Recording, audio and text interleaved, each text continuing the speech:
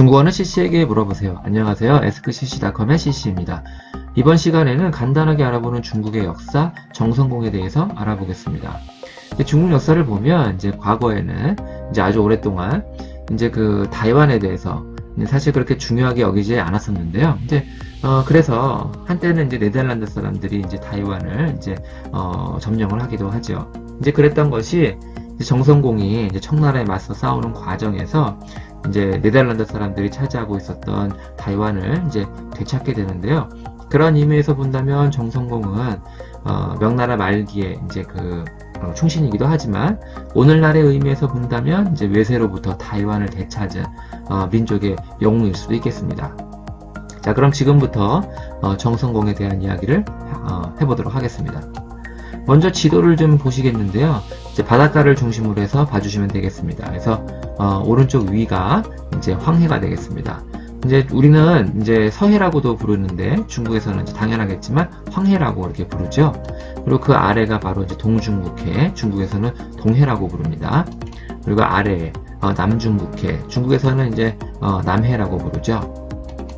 자, 지금 이렇게 초록색으로 이제 색깔을 표시한 이곳이 바로 타이완이 되겠습니다. 그리고 내륙 중국 본토와 이 타이완과의 이 사이가 바로 대만 해협이 되겠습니다. 자, 지금 이거는 타이완의 주요 도시를 이제 지도상에 표시를 해본 것인데 가장 위쪽이 타이베이가 되겠고 그 아래가 타이종이 되겠습니다.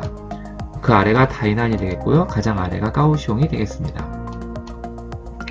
지금 이거는 이제 중국 내륙의 본토 해안가를 중심으로 해서 이제 그 주요 도시를 표시를 해본 것인데 왼쪽 위가 이제 남경이 되겠습니다. 난징이고요. 그 아래가 이제 상해, 샹하이가 되겠습니다.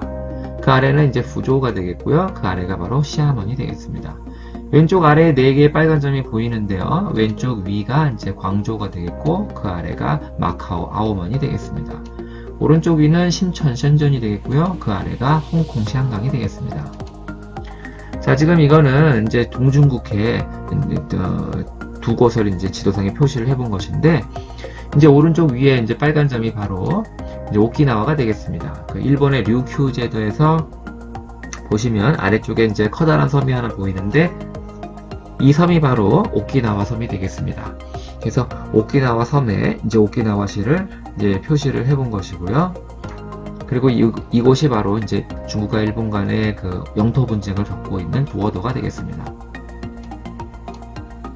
자, 그럼 지금부터 이제 정성공에 대한 이야기를 좀 해보겠는데요. 정성공은 중국인 아버지 정지룡과 일본인 어머니 타가와 마츠 사이에서 태어났다고 하죠. 그리고 이제 태어나서 한 7살 때까지는 일본인 어머니 밑에서 자랐다고 하는데요. 그래서 이제 일본에서 이제 살 때는 일본식 이름인 타가와 후쿠마츠라는 이름으로 살게 됩니다. 이제 그러다가 아버지 정지룡이 정성공을 데려다 키우면서 그러면서 이제 뒤에 정삼이라고 하는 중국식 이름으로 이제 살게 되죠. 이제 그러다가 이제 남명의 황제가 정성공에게 이제 그 주시성을 하사를 하게 되죠. 황제의 성이 이제 주시성을 하사를 하게 되는데, 그래서 이제 국성야라고 하는 호칭으로도 이제 불리우게 됩니다. 영어로는 이제 콕싱하라고 이제 이렇게 부르게 되는데요. 그러면서 이제 그 주시성을 하사를 받으면서 이제 성공이라고 하는 이름을 이제 같이 하사를 받게 되는데요. 그래서 주성공이라는 이름이 되는 것이죠. 이제 그래서 이제 오늘날에는 정시에다가 이제 성공이라고 하는 이름을 붙여서 정성공이라는 이름으로 이렇게 불리우게 되는 것입니다. 자, 다시 지도를 이제 보시겠는데요. 그 정성공에 대한 이야기를 하기 전에 아버지 정지룡에 대한 이야기를 먼저 좀 해보도록 하겠습니다. 당시에는요, 명나라에서는 이제 외국과의 무역을 이제 금지를 했다고 하죠. 이제 조공 무역을 제외를 하고는 이제 외국과의 무역을 금지를 했는데요. 이제 그러한 상황에서 아버지 정지룡은 이단이라고 하는 사람 밑에서 일을 하게 됩니다. 이 이단이라고 하는 사람은 어떤 사람이냐면 당시에 이제 해상 무역에서 크게 세력을 떨친 사람이 되겠는데요. 말이 이제 해상 무역이지 사실은 이제 밀수업자 내지는 이제 해적질 같은 걸로 이제 크게 세력을 떨친 그런 사람이 되겠습니다. 그래서 아버지 정지룡이 이 이단 밑에서 이제 일을 하면서 실력을 인정받으면서 점차 이제 세력을 키우게 되는데, 그러던 어느 날 그 정지룡이 일본의 이제 히라도번에서 이제 연회가 있게 되는데 이 연회에 이제 참석을 하게 됩니다. 그래서 이 연회에서 아버지 정주령이 이제 어머니 타가마 마츠를 만나게 되는 것이죠. 그러면서 이제 둘 사이에 이제 정성공이 태어나게 되는데 태어나서 이제 한 7살 때까지는 어머니 밑에서 이제 히라도에서 이제 자라게 됩니다. 그러다가 이제 1624년 처음에 말씀드렸다시피 네덜란드 사람들이 타이완에다가 이제 기지를 건설하게 되는데요. 요새를 건설하면서 이제 타이완을 이제 점령을 하게 되는데 이른바 이제 젤란디아 요새가 되겠습니다. 위치는 오늘날의 그 다이난시의 안핑치가 되겠는데요. 이곳에 이제 그 젤란디아 요새를 건설하게 되는 것이죠. 그래서 중국어로는 이제 안핑구바오라고 이제 부르기도 하죠. 이제 그러면서 1625년에 이제 이단이 이제 죽게 됩니다. 이단이 죽으면서 이제 정주령이 이제 그 세력을 이제 장악을 하게 되는 것이죠. 그러면서 이제 해상무역을 이제 장악을 하게 되는데요. 정주령의 세력이 이제 워낙 이제 커지다 보니까 이제 명나라에서는 이제 정주령을 받아들일 이제 생각을 하게 되는 것이죠. 그러면서 정주령에게 이제 그 벼슬을 내리게 되는데요. 그러니까 이제 지금까지는 이전까지는 이제 단순히 이제 밀수업자 해적에 이제 불과했던 아버지 정주령이 이제 명나라 이제 대신이 되는 것이죠. 자, 이제 그렇게 되면서 이제 정주령이 아들 정성공을 일본 이제 히라도에서 자라고 있었던 이제 정성공을 이제 중국 이제 안해, 오늘날의 그 안해로 이제 불러다가 이제 키우게 되는 것이죠. 자, 그럼 지금부터 이제 그 아버지 정주령과 정성공이 있었던 그 시대의 전후 상황과 함께 해서 정성공에 대한 이야기를 좀 해보도록 하겠습니다.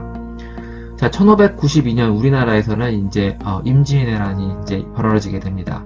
당시 그 중국의 황제는요 만력제가 되겠습니다.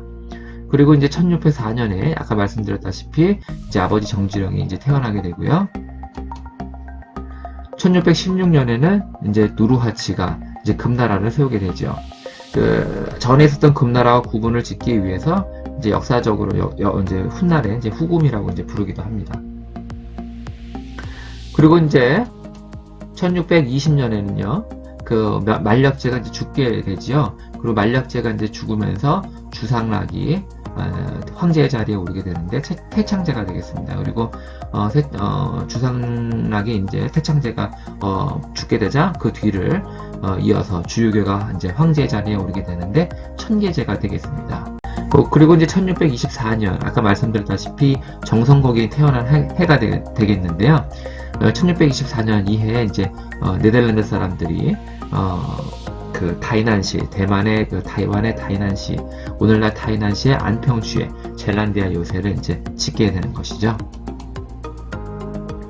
1626년 황태극이 금나라의 이제 칸의 자리에 오르게 되는데요. 청태종, 승덕제라고 이제 부르기도 합니다. 1627년 그 금나라와 우리나라 사이에 조선 사이에 정묘호란이 벌어지게 되고요. 명나라에서는 주유검이 황제의 자리에 오르게 되죠. 순정제가 되겠습니다. 그리고 이제 1628년 아버지 정주령이 명나라에 이제 귀의를 하게 되는데요. 그러면서 이제 명나라 신하가 되는 것이죠. 자, 이제 뒤에서 설명을 드리겠지만 이제 명나라가 망하고 남명이 이제 들어서게 되는데요. 아버지 정주령은 이제 그 남명의 가장 커다란 이제 지지 세력이 되어주기도 합니다. 이후에 1636년에는요. 황태극이 국호를 이제 금에서 청으로 이제 바꾸게 되죠. 그리고 나서는 이제 우리나라 조선과의 사이에서 병자호란을 일으키게 됩니다. 1643년 이제 그 청세조가 황제의 자리에 오르게 되는데요. 순치제가 되겠습니다. 그런데 이제 너무 어린 나이에 황제의 자리에 오르게 되니까 이제 삼촌, 그러니까 황태극의 동생이었던 도르곤이 이제 섭정을 보게 되는데요. 이 섭정은 1650년 도르곤이 죽을 때까지 계속됩니다. 1644년 농민 반란군을 이끌었던 이자성이 이제 북경을 함락을 하게 되는데요. 그러면서 이제 그 순정제가 목을 매달아 이제 자살을 하게 되지요. 그러면서 이제 명나라는 멸망을 하게 되는데요. 이제 일부 황족들이 이제 남쪽으로 이제 피신을 가면서 남명을 이제 세우게 되는 것이죠. 여러 황제들이 이제 등장을 하게 되는데요. 제일 먼저 이제 주유승의 이제 그 주유성이 홍광제가 되겠습니다. 그래서 1644년부터 1645년 재위를 하게 되고요. 그 뒤를 이어서 주율건이 육무제가 되게 됩니다. 그래서 1645년부터 1646년까지 이제 재위에 오르게 되는데, 이 주율건, 그러니까 육무제가 바로 이제 정주령이 옹립을 하는 황제가 되겠습니다. 그리고 이 육무제가 바로 정성공에게 주시성을 화살을 한 그런 황제가 되겠습니다. 그리고 그 뒤를 이어서 주유로가 소무제가 되겠고요. 1646년부터 1647년 1월까지 황제 자리에 오르게 됩니다. 그리고 동시대에 이제 주유랑이 이제 영력제 황제의 자리에 오르게 되는데요. 1646년 12월부터 1662년까지 황제의 자리에 오르게 됩니다. 그리고 이 영력제를 이제 끝으로 해서 이제 남명은 이제 멸망을 하게 되는 것이죠.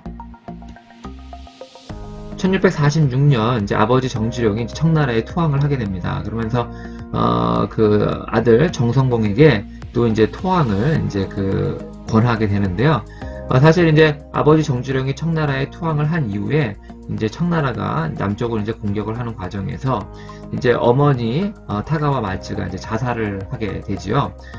그러면서 이제 아들 정성공이 이제 크게 이제 분노를 하게 되는데, 이제 그렇게 되면서 이제 정성공은 이제 그 아버지의 권유에도 불구하고 이제 청나라에 맞서 싸우게 되는 것이죠. 자, 지금 이 지도는 시아먼의 그 지도가 되겠는데요. 시아먼의 부근의 지도가 되겠는데요. 초록색으로 이제 표시를 한 부분이 시아먼이 되겠습니다. 그리고 파란색이 이제 바로 금문도가 되겠고요. 이 이제 그 보라색이 바로 아까 이제 어렸을 때 정성공이 이제 그 일본 히라도에서 중국으로 와서 이제 자란 곳이 되겠습니다. 그래서 안해, 그래서 안해전이 되겠는데요. 정성공이 이제 청나라에 맞서 싸우게 되면서 그 근거지가 되는 곳이 바로 이 그 시아먼 섬과 그리고 그 금문도가 되겠습니다. 1658년 드디어 이제 정성공이 이제 북벌을 이제 감행을 하게 되죠. 그런데 이제 1658년과 그 뒤에 이어서 1659년에 있었던 그 북벌에서 모두 다 이제 실패를 하게 됩니다. 뒤에 있었던 북벌에서는 뭐 거의 남경 근처까지 이제 거의 이제 점령을 하게 되지만 결국에는 이제 실패를 하게 되죠. 북벌이 모두 실패로 돌아가게 됩니다. 그러면서 1661년 청성저가 이제 황제의 자리에 오르게 되는데요. 강희제가 되겠습니다. 그리고 뒤에서 이제 그 정성공이 계속된 북벌에서 실패를 하니까 새로 이제 북벌의 근거지로서 이제 타이완을 생각을 하게 되고 이제 타이완을 이제 공격을 해서 네덜란드 사람으로부터 타이완을 이제 되찾게 되는 것이죠. 그렇게 되면서 이제 그 아버지 정주령은 이제 그 청나라로부터 이제 그 죽음을 맞게 되는 것이죠. 그래서 아버지 정주령이 이제 그 쓸모가 없게 되자 이제 정주령이 이제 청나라에서 이제 청나라 사람들에 의해서 이제 죽게 되는 것입니다. 그리고 1662년 그 남명의 영력제가 이제 죽으면서 남명이 이제 그 멸망을 하게 되고 이제 그 뒤이어서 이제 정성공이 이제 병사를 하게 됩니다. 정성공이 비록 이제 병사를 하지만 그의 자손들이 이제 계속해서 청나라에 맞서 싸우게 되는데요. 1673년에는 3번의 난이 있게 되고요. 1683년 그 손자인 정국상이 이제 청나라에 이제 투항을 하게 되면서 이제 그 정성공의 그 반란도 청나라에 맞서 싸우던 이제 정성공의 그 싸움도 이제 끝을 맺게 되는 것입니다. 자, 지금 보시면은 이제 아까 그 지도가 되겠는데요. 빨갛게 점으로 표시되어 한 이 부분이 바로 이제 구랑위가 되겠습니다. 위라고 하는 것은 작은 섬을 의미하는 말이 되겠는데요. 이 구랑위에 바로 정성공의 석상이 있습니다. 그 높이 15.7m에 달하는 거대한 석상이 되겠는데요. 바로 이러한 모습이 되겠죠. 그래서 정성공을 이렇게 기리는 그런 석상이 되겠습니다. 자, 그럼 오늘 준비한 내용은 여기까지이고요. 이번 내용이 조금이라도 도움이 되셨다면 구독과 좋아요 부탁드립니다. 댓글은 제가 CC가 운영하는 에스크CC.com에 남겨주시면 시간이 허락하는 대로 답글을 달아드리도록 하겠습니다. 오늘 준비한 내용 여기까지입니다. 끝까지 들어주셔서 감사합니다.